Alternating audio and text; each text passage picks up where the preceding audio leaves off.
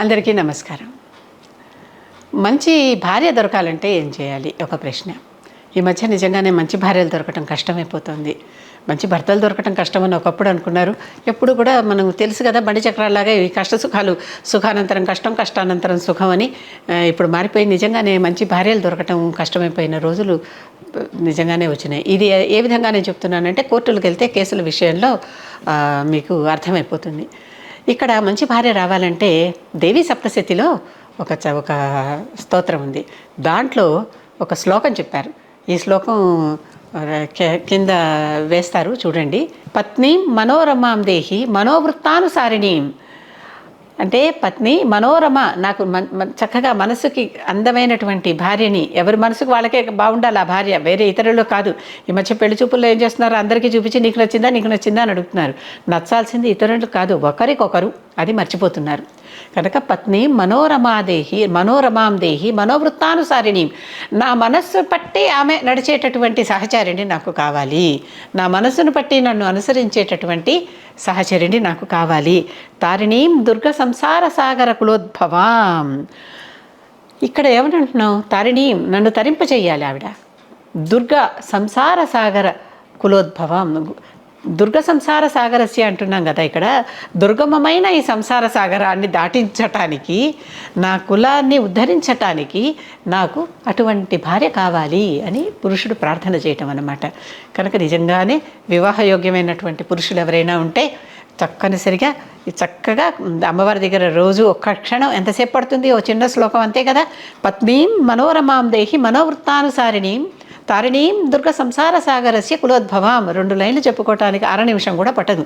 మనస్సుతో వెళ్ళి చక్కగా శ్రద్ధాభక్తులతో మనస్సుతో వెళ్ళి చక్కగా అమ్మవారి దగ్గర కూర్చుని ఒకసారి చెప్పుకోండి, ఇంకా వీలైతే 9 సార్లు చెప్పుకోండి. 9 అమ్మవారికి ఇష్టమైన సంఖ్య కనుక. అప్పుడు మంచి భార్య, మీ మనోవృత్తాన్ని బట్టి, అంటే మీ మనస్సును బట్టి మిమ్మల్ని అనుసరించేటటువంటి భార్య, మీ కులాన్ని బుద్ధి చేసేటటువంటి భార్య, దుర్గమమైన ఈ సంసార సాగరం నుంచి మిమ్మల్ని తరింపచేసేటటువంటి భార్య, మీకు చూడంగానే చక్కగా నాకు నచ్చింది అనుకునేటటువంటి మీకు చక్కటి భార్య దొరుకుతుంది అనేది ఈ దేవి సప్తశతిలో ఈ శ్లోకం చెప్తుంది. కనుక ఇది మీరు చెయ్యండి, మీకు చక్కగా మంచి భార్య దొరుకుతుంది. ఇక మంచి ఉద్యోగం రావాలంటే ఏం చేయాలి? మంచి ఉద్యోగం రావాలంటే ఈ మొట్టమొదట అసలు ఉద్యోగానికి సంబంధించినటువంటి క్వాలిఫికేషన్స్ కానీ అర్హతలు కానీ మనకి ఉండాలి. అది చూసుకోండి. మనకు అర్హతలు లేని పొందాలని ప్రయత్నించి కూలబడద్దు.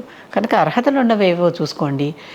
చక్కటి ఉద్యోగం రావాలంటే ఆంజనేయ స్వామి ఉపాసన చేస్తే ఆయన మనల్ని కరుణిస్తాడు, మనకి చక్కనైనటువంటి దారి చూపిస్తాడు అనేటటువంటిది శాస్త్రంలో ఉన్నది. రామాయణంలో సుందరకాండలో ఆంజనేయ స్వామికి పూజనీయమైనటువంటి స్తోత్రాలు తీసుకుని అవి చదివితే చక్కగా మంచి ఉద్యోగం దొరుకుతుంది. రామ పట్టాభిషేక సర్గ అని రామాయణంలో ఒకటి ఉంది. ఈ రామ పట్టాభిషేక సర్గ చక్కగా కొన్నాళ్ల పాటు, ఓ మండలం అనుకోండి, మీరు మండలం చేయలేకపోతే కనీసం 11 రోజులు అనుకోండి, చేయగలిగితే మండలం అంటే 40 రోజులు. ఉద్యోగం కోసం ఆ మాత్రం 40 రోజుల పాటు చేయలేరా?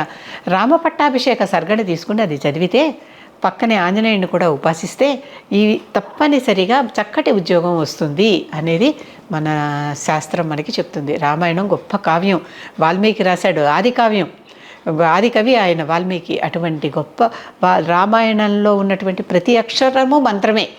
అటువంటి గొప్ప మంత్రపూతమైనటువంటి రామాయణం నుంచి పట్టాభిషేక సర్గ తీసుకుని చదువుకోండి, మీ పని అయిపోతుంది.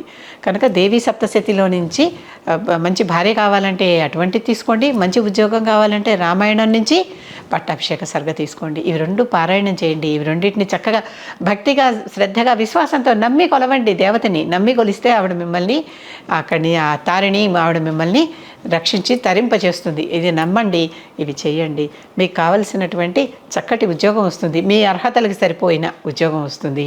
అలాగే చక్కటి నలుగురు మెచ్చే, మీరు చక్కగా సుఖపడే, ఆనందపడే నలుగురు, అబ్బా ఆ ఇంటి కోడలు ఎంత బాగుంది, అతని భార్య ఎంత చక్కటి మంచి భార్య, అతనికి ఎంత అనుకూలంగా ఉంటుంది అనుకునేటటువంటి భార్య మీకు దొరుకుతుంది. ఇది మర్చిపోకండి.